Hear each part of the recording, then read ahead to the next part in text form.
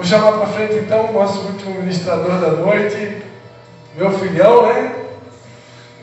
Cleiton Batista, também da Igreja Batista. E para orar por ele eu vou chamar o pastor Hector, né? O pastor Hector vem para frente. Depois a gente vai fazer um momento aqui de ofertas, tá, irmão? Antes do pastor Léo cantar a última música da noite. O pastor Hector, para quem não conhece, né, ele é diretamente de El Salvador, está há um tempo aqui no Brasil, e durante muito tempo tem pastoreado meu irmão, o pastor Leonardo, né? Ele tem ajudado aqui a Igreja Batista, tanto em Caraninho como em Tijucas. Ele está ficando os últimos dias dele aqui, ele vai estar viajando para São Paulo no final de semana, mas ele vai estar todos os dias aqui com o Encontro das Águas. E eu disse: o pastor Hector, fica pronto que eu vou te botar para trabalhar. E eu quero pedir que ele esteja orando pelo Cleiton, né? Cleiton é nosso filhão na fé, está junto acompanhado da sua esposa Taína, né? Nós queremos aproveitar esse momento para honrar também a vida do pastor Everton, pastor Amanda, a apóstola Patrícia, que liberaram tanto a Marildo, eles foram convidados para estar aqui também, todos foram convidados, né? Mas por algum motivo não puderam, mas liberaram a Marildo, liberaram o pastor Cleiton, e nós queremos honrar a vida deles e dizer que quando eles puderem vir aqui no Encontro das Águas, vão ser muito bem-vindos. Amém? Vamos orar então. Maravilhoso Deus, nós estamos aqui, Senhor, apresentando a tu servo, a tu ungido. Mas eu creio, Senhor, que a palavra profética já está dentro dele como fogo que queima. E nós queremos, Senhor, que quando liberar essa palavra será como uma trompeta, será, Senhor, como um chofar, será, Senhor, como um rugir, porque essa palavra traz vida, esperança, traz, Senhor, um mover das almas, Pai. E nós cremos, Senhor, que essa palavra também é como a espada dos filhos de dois agudos, Senhor, o qual, Senhor, cortará tanto o físico como o espiritual. Nós queremos, Senhor, que tua palavra é vida. A tua palavra, Senhor, nos traz conforto, nos traz esperança, nos traz, Senhor, transformação. Usa tu servo agora, Senhor, como um sentinela, como um, Senhor, meu Deus, aleluia, soldado, Senhor, liberando essa palavra. Muito obrigado, Senhor, porque eu sinto sua presença neste homem de Deus. Obrigado, Deus, porque a armadura já foi posta nas mãos dele. E agora vamos receber de ti essa palavra. Que nossa mente esteja atenta, tira toda distração, Senhor. Em nome poderoso de Jesus, eu abençoo o servo. Amém, Senhor. Amém.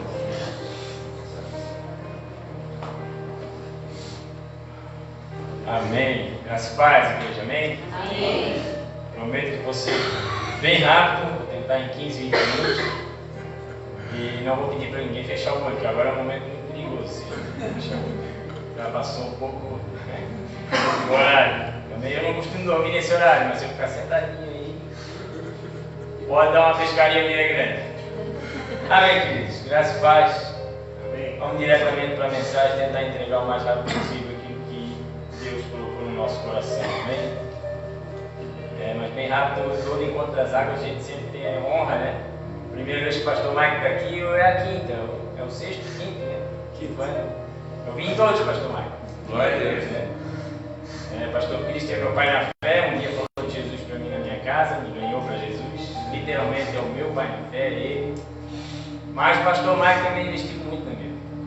Muito na minha vida. Lá no nosso começo, um começo difícil, né? Foi nosso professor de escola de líderes. E vivemos ali um tempo muito bom, né? Onde a gente pôde se conhecer, estar junto, e não era só escola, né? Nasceu uma amizade, um carinho, né? Onde eu tenho muito por essa família, pastor Dalci, pastor Amanda. Amo a família de vocês, né? E que bom, que privilégio estar aqui. Eu estava convocado para sexta-feira. Aí o pastor pediu para ver se eu conseguia antecipar, né? E a gente faz a nossa força, né? A gente faz o nosso esforço. Glória a Deus por estar aqui, né? Minha esposa me acompanhando, a Taína, e o meu caçula. Eu tenho também um filho de 17 anos, o João Gabriel, uma filha de 23. tenho um genro, tenho 2 netos, um neto de 3, um neto de 1. Eita glória! Que bom, né? Foi tudo Deus que fez isso. Foi Deus que montou esse quebra-cabeça na minha vida. Porque até então, eu para mim não tinha projeto nenhum. Mas Deus tem um projeto muito grande. Aleluia. Glória a Deus por essa família, por investir em vidas. Vale a pena. É difícil, mas vale a pena. Glória a Deus. Eu quero estar lendo bem rapidamente ali Isaías 53, que diz assim, do 1 em diante. Quem creu em nossa pregação, e a quem foi revelado o braço do Senhor, porque foi subindo como renovo perante ele e como raiz de uma terra seca, não tinha aparência nem formosura. Olhamo-lo, mas nenhuma beleza havia que nos agradasse. Era desprezado e o mais rejeitado entre os homens, homem de dores, e que sabe o que é padecer, e como um de quem os homens escondem o rosto. Era desprezado e dele não fizemos caso. Certamente ele tomou sobre si as nossas enfermidades e as nossas dores, levou sobre si e nós o reputávamos por aflito, ferido de Deus e oprimido.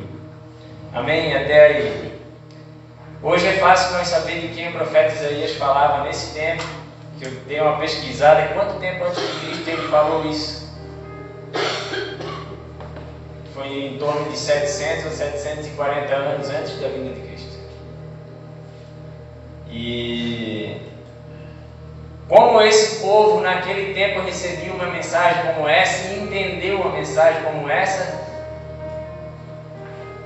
se não fosse pessoas totalmente íntimas de Deus, para saber o que ele estava falando naquele momento ali, porque foi passando gerações naquele tempo, gerações, e para chegar à conclusão de que aquele que João Batista anunciou naquele dia que ele chegou no Jordão para se batizar, era aquele que Isaías falou 740 anos atrás.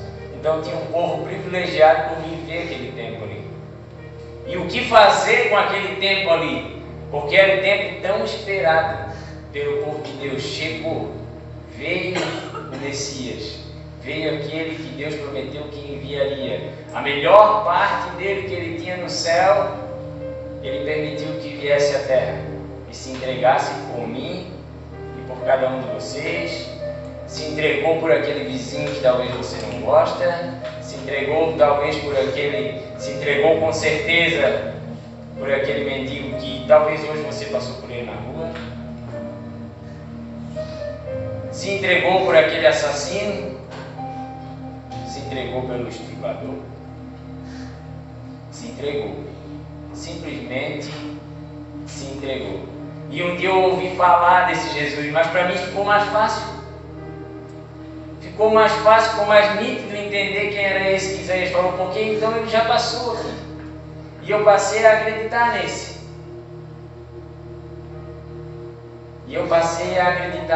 Da mesma forma, precisa ser assim com nós, o se entregar. Jesus simplesmente se entregou. E ele sabia que ele estava se entregando por estupradores, ele sabia que ele estava se entregando por assassinos para dar oportunidade também para esses. Aos nossos olhos humanos, aquilo que a gente vê acontecer, a gente às vezes não consegue. A nossa natureza não consegue às vezes perdoar.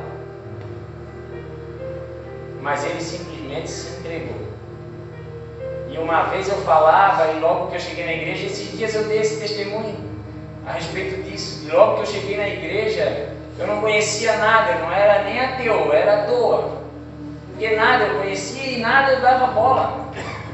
E nada eu acreditava. Para mim nada era nada. A missa eu fui porque a mãe um dia pediu, mas aí a mãe dizia, vai na missa, e ficava em casa. Aí eu ia e ficava na frente, esperando a santa saída. E um dia alguém me apresentou Jesus e começaram a falar e eu experimentei aquele primeiro amor delicioso. E E ali, antes mesmo de saber da entrega dele, que ele simplesmente se entregou, eu falava assim, eu simplesmente vou me entregar. E para onde esses homens aí me falarem que eu devo ir e me falarem o que eu devo fazer, eu vou fazer, porque eu sei que é bom. Eu não preciso buscar informações de outros lugares, porque a dúvida saiu e eu sei que é bom. Eu sei que vai ser bom para mim, eu sei que vai ser bom para minha esposa, e naquela época só tinha minha filha ainda, com 3 aninhos, eu sei que vai ser bom para ela. E hoje já faz 20 anos. Então, eu me entreguei. Só que daí, no meio desse caminho, a gente começa a crescer e a gente começa a não se entregar mais tanto.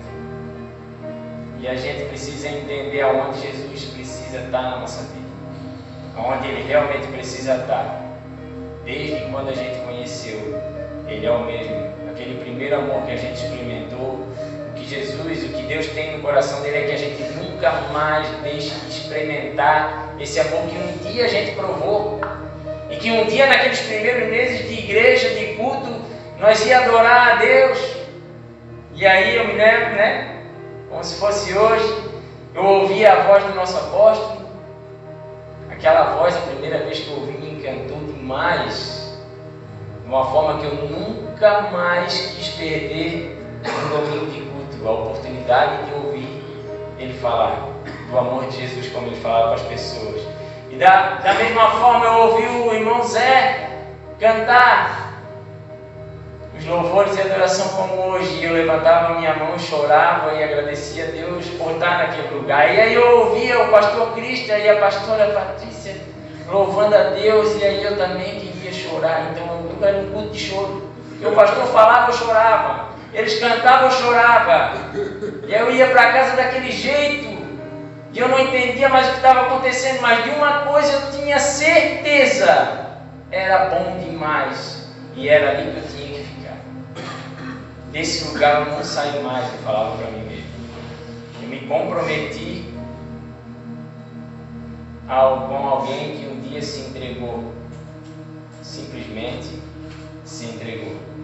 Mas aí, como eu falava, às vezes no caminhar a gente cresce, a gente acha que cresce, e a gente passa a não ter mais aquele primeiro amor,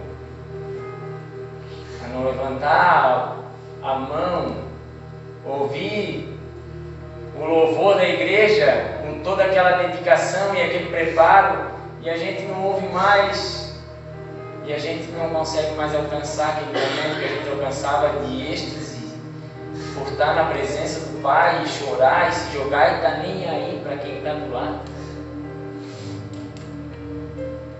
Eu peço para Deus, quando eu vou para um culto, quando eu vou para um lugar: Deus, eu quero sentir isso aí, eu quero ser a criança que eu era um dia quando eu te conheci. Eu quero ser sempre aquele, não interessa o que eles vão achar. Ah, o Frei está com problema, está chorando, estou nada. A presença de Deus me faz chorar. Louvar, adorar a Deus me faz chorar.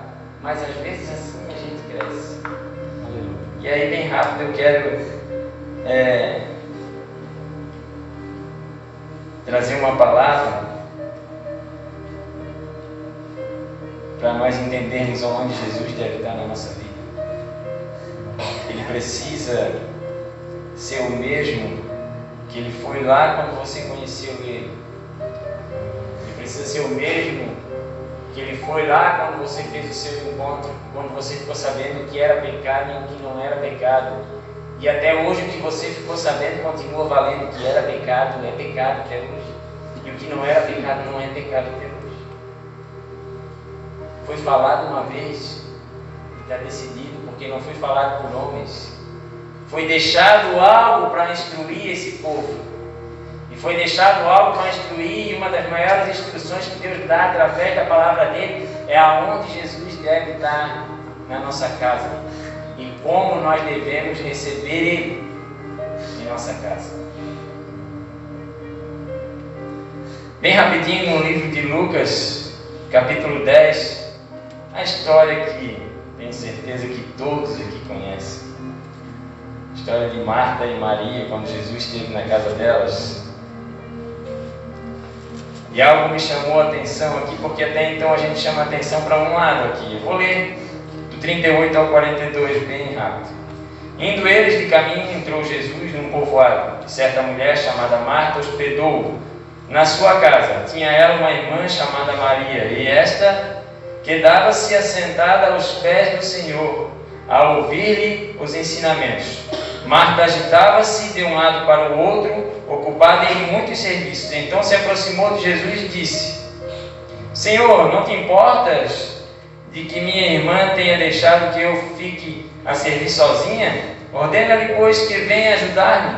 Respondeu-lhe o Senhor: Marta, Marta, andas inquieta e te preocupas com muitas coisas, entretanto pouco é necessário, ou mesmo uma só coisa. Maria, pois, escolheu a boa parte, e esta não lhe será tirada.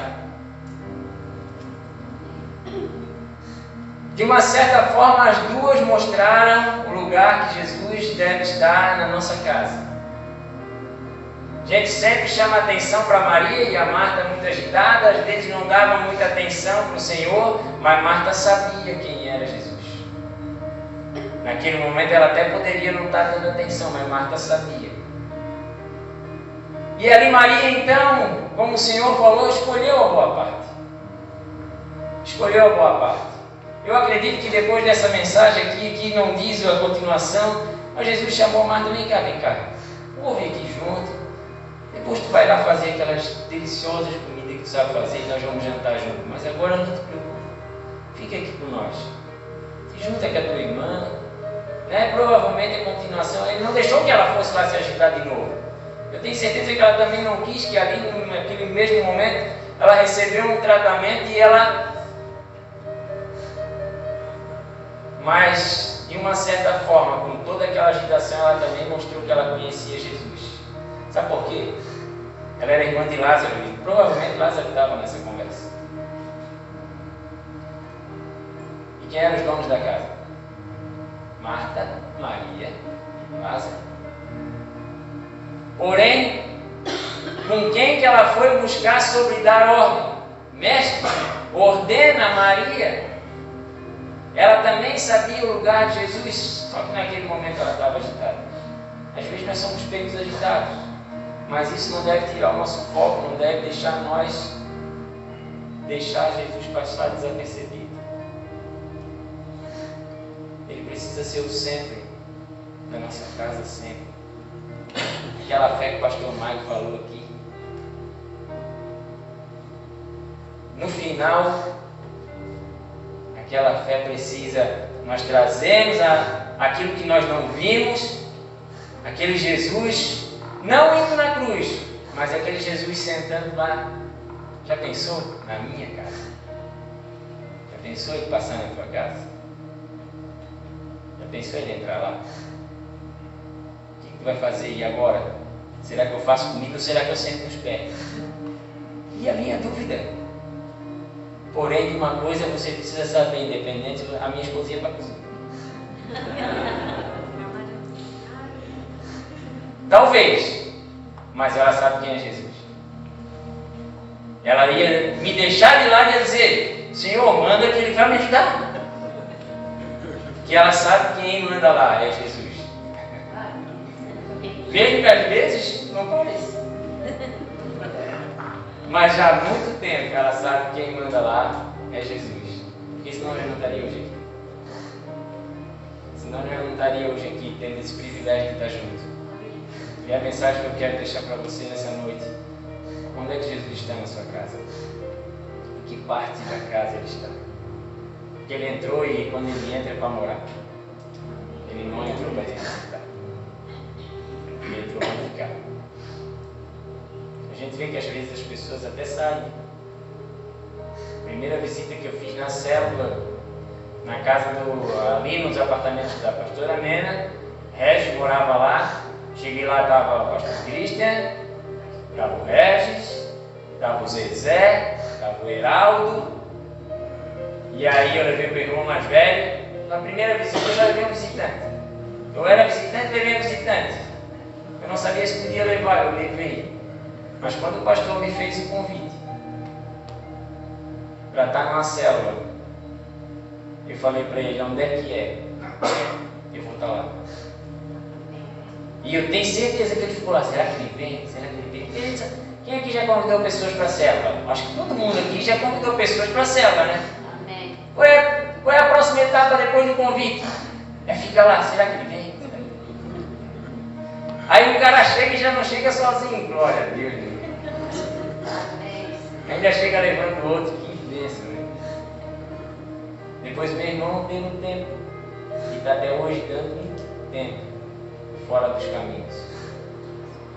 Mas eu permaneci.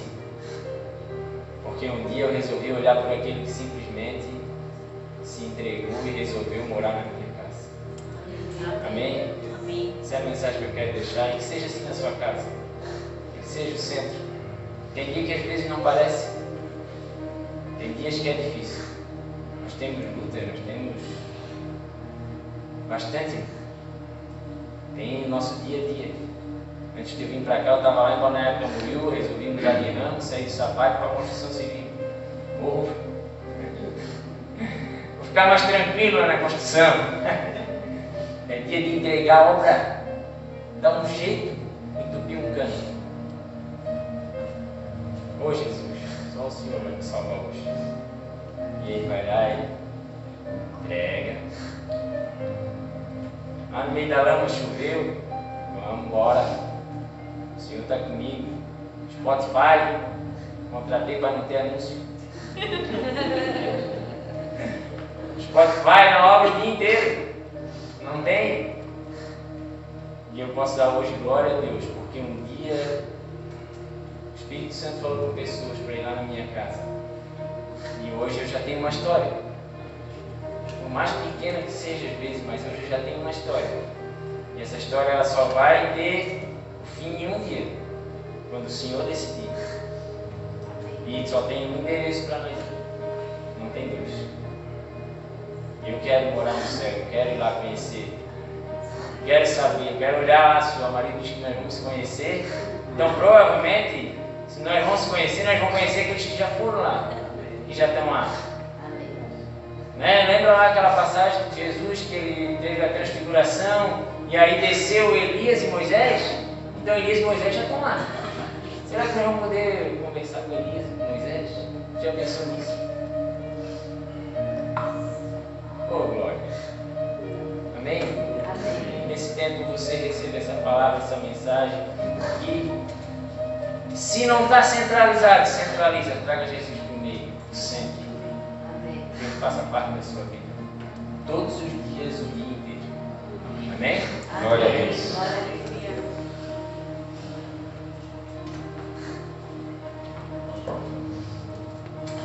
Deus é bom, amém?